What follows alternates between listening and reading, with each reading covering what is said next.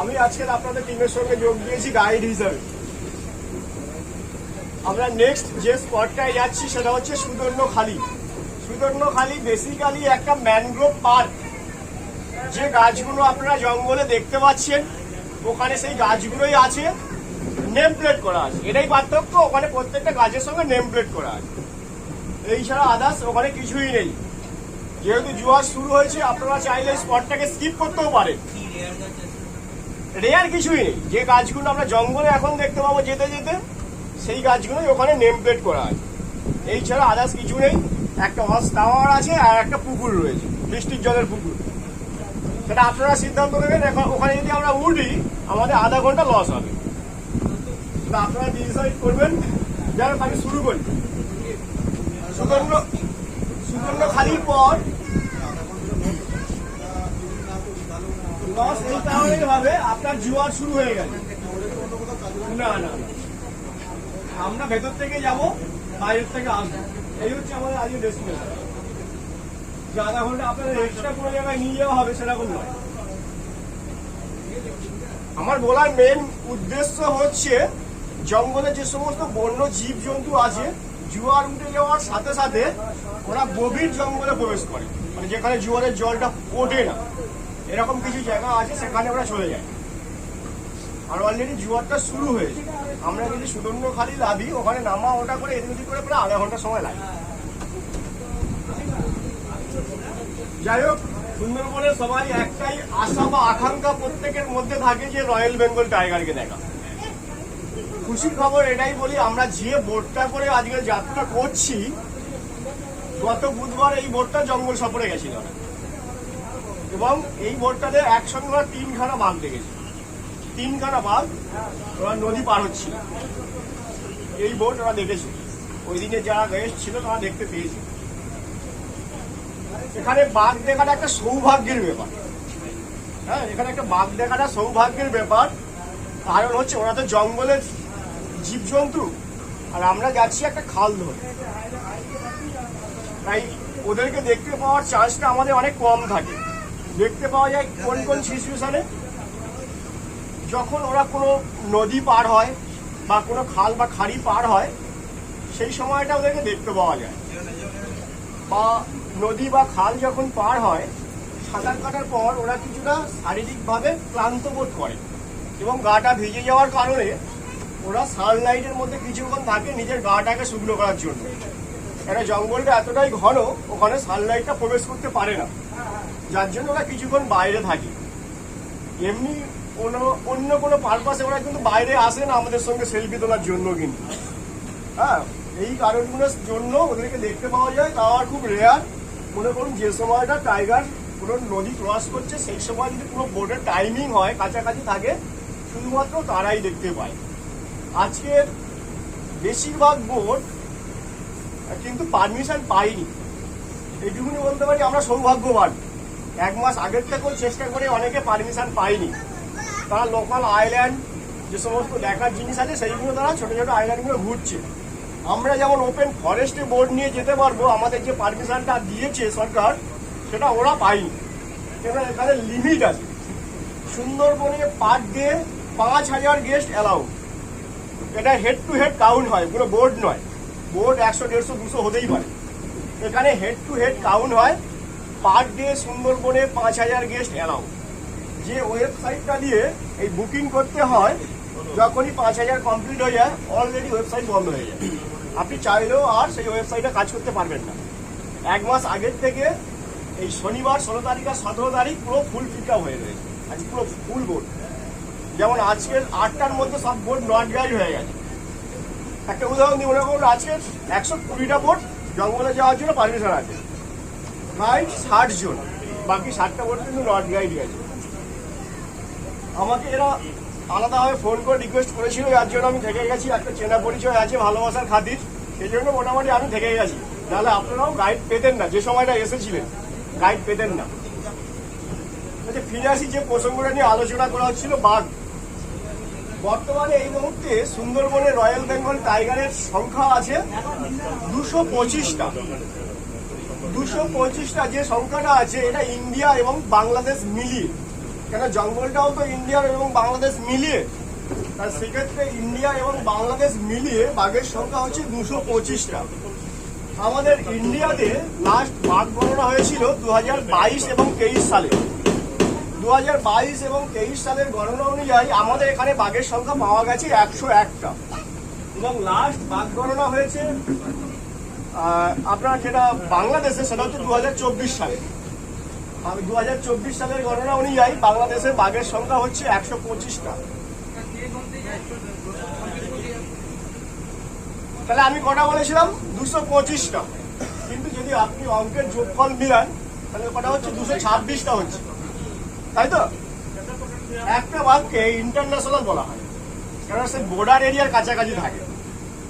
যেটা আমি border area দেখাচ্ছিলাম না, ওই বর্ডার এরিয়ার কাছাকাছি থাকে, যাকে বাংলাদেশে গণনার সময় তাকে কাউন্ট করা হয়েছে, ইন্ডিয়াতেও যে সময় বাঘ গণনা করা হয়েছে সে সময় তাকে কাউন্ট করা হয়েছে, এই হিসাবে ধরা হয় ওটা। এবার আসি যেটা উনি বলছিলেন যে বাঘ গণনার বিষয়ে। বাঘ গণনাটা কিভাবে হয় বা এই সংখ্যাটাকে কিভাবে পাওয়া যায়? যে সময়টা বাঘ গণনা হয়, জঙ্গলে বিভিন্ন প্রান্তে ক্যামেরা লাগানো হয়, যেটা একটা লং প্রসেস, অনেক দিন ধরে হয়। যে সমস্ত জায়গায় ওদের চলাচল বেশি, বাঘের পায়ে চিহ্ন দেখা যায়, সেই সমস্ত এরিয়াগুলো ক্যামেরা লাগানো হয়, এবং এটা একটা লং প্রসেস, অনেক দিন ধরে চলে। পরবর্তীতে সেই ক্যামেরার ফুটেজগুলো সংগ্রহ করা হয় এবং বিশেষ অ্যানালাইসিস পদ্ধতির মাধ্যমে বাঘের সংখ্যাটাকে নির্ধারণ করা হয়। সেটা কিরকম? আমাদের যেমন প্রত্যেকের ফিঙ্গারপ্রিন্ট আলাদা আলাদা, বাঘের কিন্তু এই মাথা থেকে ঘাট এই অংশটাকে বাঘের ফিঙ্গারপ্রিন্ট বলা হয়, যেটা হচ্ছে প্রত্যেকটা বাঘের আলাদা আলাদা বৈশিষ্ট্য হয়। একটা বাঘের সঙ্গে আরেকটা বাঘের কিন্তু কোনোদিনের জন্য ম্যাচ হয় না, আর যদি হতো এই সংখ্যাটাকে নির্ধারণ করা যেত না। বিশেষ এই পদ্ধতিটার মাধ্যমেই বাঘকে শনাক্ত করা যায়। মনে করুন একটা ক্যামেরার সামনে একটা বাঘ 20 বার গেছে, ক্যামেরা 20 বার তাকে ফুটেজ নিয়েছে, তাহলে সংখ্যাটা তো অনেক হয়ে যেত। কিন্তু এইভাবেই বাঘের সংখ্যাটাকে নির্ধারণ করা হয়। আর সরকার চাইলে মন গড়া একটা সংখ্যা ঘোষণা করতে পারে না। সরকার যে সংখ্যাটা ঘোষণা করে তার পরিপ্রেক্ষিতে সরকারকে ডাটাবেস করতে হয়। যেমন আমি যেটা বলছি যে 101টা বাঘ, এটা হচ্ছে সরকারি ডাটা। হ্যাঁ, এই সরকারি ডাটা কিন্তু এটা, কিন্তু আনঅফিসিয়ালি এটা কিন্তু সংখ্যাটা অনেক হতে পারে। কারণ কি জানেন? জঙ্গলে এমন এমন জায়গা আছে সেখানে মানুষ প্রবেশ করা তো দূরের চাই, যাওয়া অসম্ভবের ব্যাপার। তাহলে সেই সমস্ত জায়গাগুলো ক্যামেরা লাগানো হয় না স্বাভাবিকভাবেই, এবং সেই সমস্ত এরিয়াতে যে সমস্ত বন্য জীবজন্তুগুলো আছে তাদের শনাক্ত করা যায় না, বা তাদের এই সমীক্ষার আওতায় আনা যায় না। এটা কোনো দিনের জন্য পসিবল নয়। যেটা 101টা আমরা যেটা বলছি, এটা একটা আনুমানিক। আনুমানিক বলতে এটা সলিড, কেননা এর পরিপ্রেক্ষিতে সরকারকে তথ্য দিতে হয়েছে, এবং এটা যেটা বৃদ্ধি বেশিও যেটা হতে পারে সেটা হচ্ছে আমাদের ধারণা।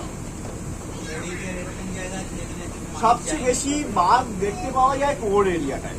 প্রত্যেকটা ফরেস্টের 80% থাকে রিজার্ভ ফরেস্ট, তেমনই ভাবে আমাদের কোর এরিয়াটা হচ্ছে রিজার্ভ ফরেস্ট।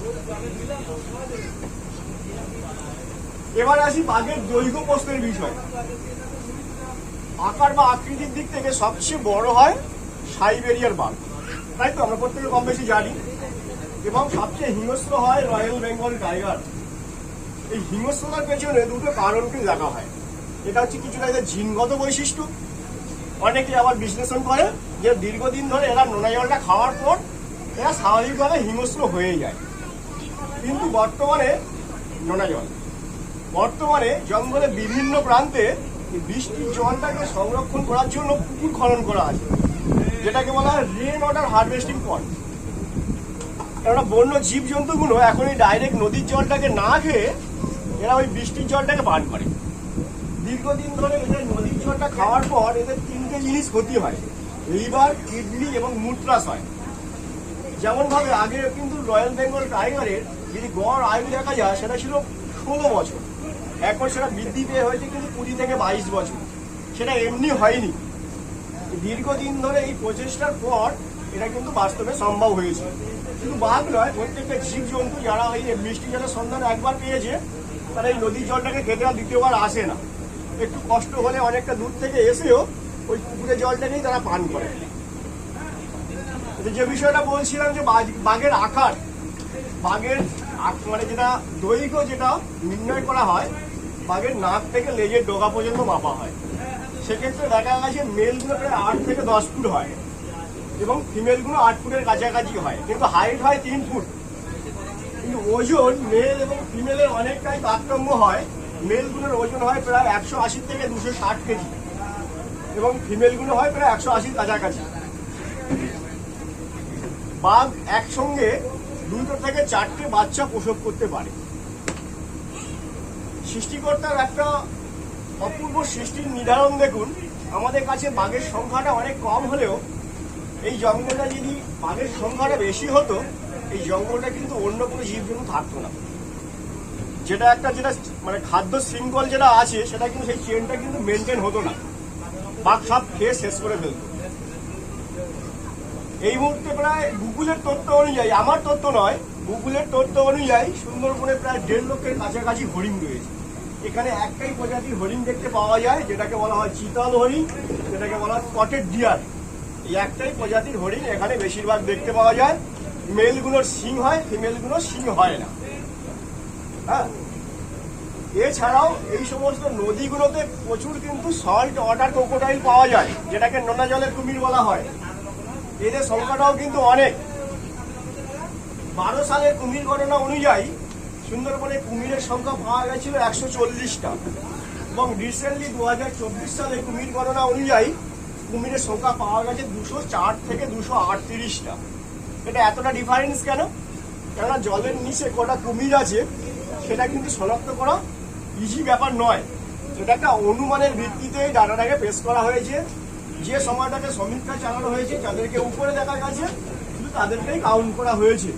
আরও একটা তথ্য বলি, এখানে প্রায় 1800 কিলোমিটার খাল বা খাড়ি রয়েছে, তার মধ্যে মাত্র 955 কিলোমিটার খাল বা খাড়িতে এই সমীক্ষাটা চালানো হয়েছে, বাকিটা কিন্তু সমীক্ষা করা হয়নি। সেক্ষেত্রে কুমিরের সংখ্যা বেশি হলেও হতে পারে। এবং আমাদের এই নদীগুলো প্রচন্ড খরস্রোতা এবং গভীর। অনেকে দেখছিলাম যে সামনে বসছে বা যাচ্ছে, অ্যাকচুয়ালি ওটা অ্যালাও নয়। কারণ আপনি যদি পড়ে যান, আপনি যত ভালো সাঁতারু হন না কেন, কারণ আমাদের বোটটা তো সামনের দিকে মুভ করছে এবং পেছনে পপুলার ঘুরছে, আপনি কিন্তু ডাইরেক্ট এসে পপুলারে বাঁধবেন এবং পিস হয়ে যাবেন। সেক্ষেত্রে আমি আমার ব্যক্তিগতভাবে তরফ থেকে আমি রিকোয়েস্ট করবো, তো আপনারা বোটের সামনে দাঁড়াবেন না। অ্যাকচুয়ালি এটা অ্যালাও নয়। এবং আমার পেছনে যে নির্দেশিকা দেখছেন, 16টা নির্দেশিকা, যেহেতু কালকের থেকে আপনারা বোটে সফর করছেন, আমি কম বেশি এটুকুনি অনুভব করতে পারছি যে আপনারা জানেন। তাও যেগুলো মেন আমি কয়েকটা বলবো, কারণ এটা আমার কর্তব্য। রাইড হিসেবে এটা মেনটেন হচ্ছে কিনা সেটা দেখা আমার হচ্ছে ফার্স্ট টাইম। যেমন এটা টোটালি হচ্ছে নো অ্যালকোহল এবং নো প্লাস্টিক জোন। এখানে আপনি অ্যালকোহল কনজাম করতে পারবেন না এবং সেটাকে ক্যারিও করতে পারবেন না। এমনকি আমরা যে সমস্ত ইউজ অ্যান্ড থ্রো, যে সমস্ত প্লাস্টিকের বোতল যেগুলো আমরা ব্যবহার করি সচরাচর, সেগুলো যেদিনকে আমরা জঙ্গলে যাই, জঙ্গল সফরে, সেদিনকে এটা অ্যালাউ করা হয় না। যেমন যেগুলো প্লাস্টিকের বোতল, কোকোকোলার বোতল, মানে কোল্ড ড্রিঙ্কসের বোতল যেগুলো আর কি আমি বলছি, সেগুলো অ্যালাউ করা হয় না। তাই আপনাদের কাছে যদি ভুলেও কেউ যদি ক্যারি করেন, সেটা ব্যাগের মধ্যে রাখবেন, ডিপার্টমেন্টের লোকরা যাতে না দেখতে পায়। আশা করবো কারোর কাছে নেই। আছে কি কারোর কাছে? কারোর কাছে নেই, তাই তো? আপনারা সেই বিষয়ে একটা সজাগ থাকবেন, ওটা চলবে। সেই বিষয়ে সজাগ থাকবেন, কেননা এখানে সম্পূর্ণভাবে নো প্লাস্টিক জোন। এখানে আমরা লাউডলি চিৎকার করতে পারবো না, লাউড স্পিকার বাজাতে পারবো না এবং সেটাকে ক্যারিও করতে পারবো না। কোনো বন্য জীবজন্তুকে ডিস্টার্ব করতে পারবো না, তাদেরকে কিছু খেতেও দিতে পারবো না। আরও বিশেষ করে আমরা যে সমস্ত স্পটগুলো উঠবো, কোনো গাছের পাতাতে আমরা হাত দিতে পারবো না বা সেগুলো আমরা ভাঙতে পারবো না। আরও অনেকগুলো আছে, আপনারা তো নিশ্চয়ই দেখেছেন কম বেশি, কালকের থেকে আপনারা সফর করছেন। এখন থেকে আমরা ওপেন ফরেস্টের মধ্যে চলে এলাম, আমাদের আর লোকালয় পড়বে না। আর মাত্র 20 মিনিট আমরা নেটওয়ার্ক কভারেজের মধ্যে থাকবো। তারপর আমাদের যে মোবাইল আছে সেটা টাওয়ার আপ ডাউন করবে এবং কল কাট হবে। যদিও কল ঢোকে, সেক্ষেত্রে কল ড্রপ হবে। আরও যদি এমার্জেন্সি কোনো ফোন করা থাকে আপনারা করে নেবেন। আরও একটা বিষয় আপনাদের কাছে জানার, আপনারা কি এই ওয়াচ টাওয়ারটায় উঠতে চান? এটা একটা ম্যানগ্রোভ ফরেস্ট।